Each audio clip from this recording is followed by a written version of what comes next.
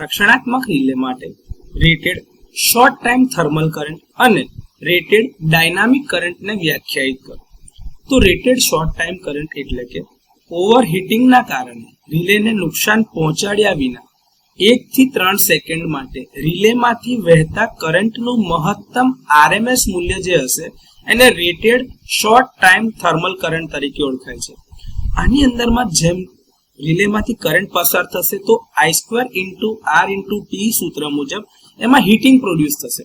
આ હીટિંગને કારણે રિલેની અંદરમાં એના ઇન્સ્યુલેશનને અસર થઈ શકે અથવા તો રિલેના કોઈ પણ ભાગને નુકસાન થાય કાં તો રિલેના ઓપરેશન પર એની અસર થાય. તો એવું ના થાય એવી રીતે એમાંથી પસાર થતો 1 થી 3 સેકન્ડ માટે જે કરંટ પસાર થાય એમાં એના RMS ની મેક્સિમમ જે કિંમત મળે છે એ RMS મૂલ્યને એનો શોર્ટ ટાઈમ થર્મલ કરંટ તરીકે ઓળખાય છે.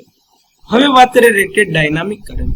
તો રિલેને નુકસાન પહોંચાડ્યા વિના રિલેમાંથી જે મેક્સિમમ કરંટ પાસ થાય છે, જે પિકઅપ કરંટ તરીકેનું વાત કરીએ તો મેક્સિમમ પિકઅપ કરંટ જે જતો હશે મહત્તમ કિંમત એને રેટેડ ડાયનામિક કરંટ તરીકે ઓળખવામાં આવે છે.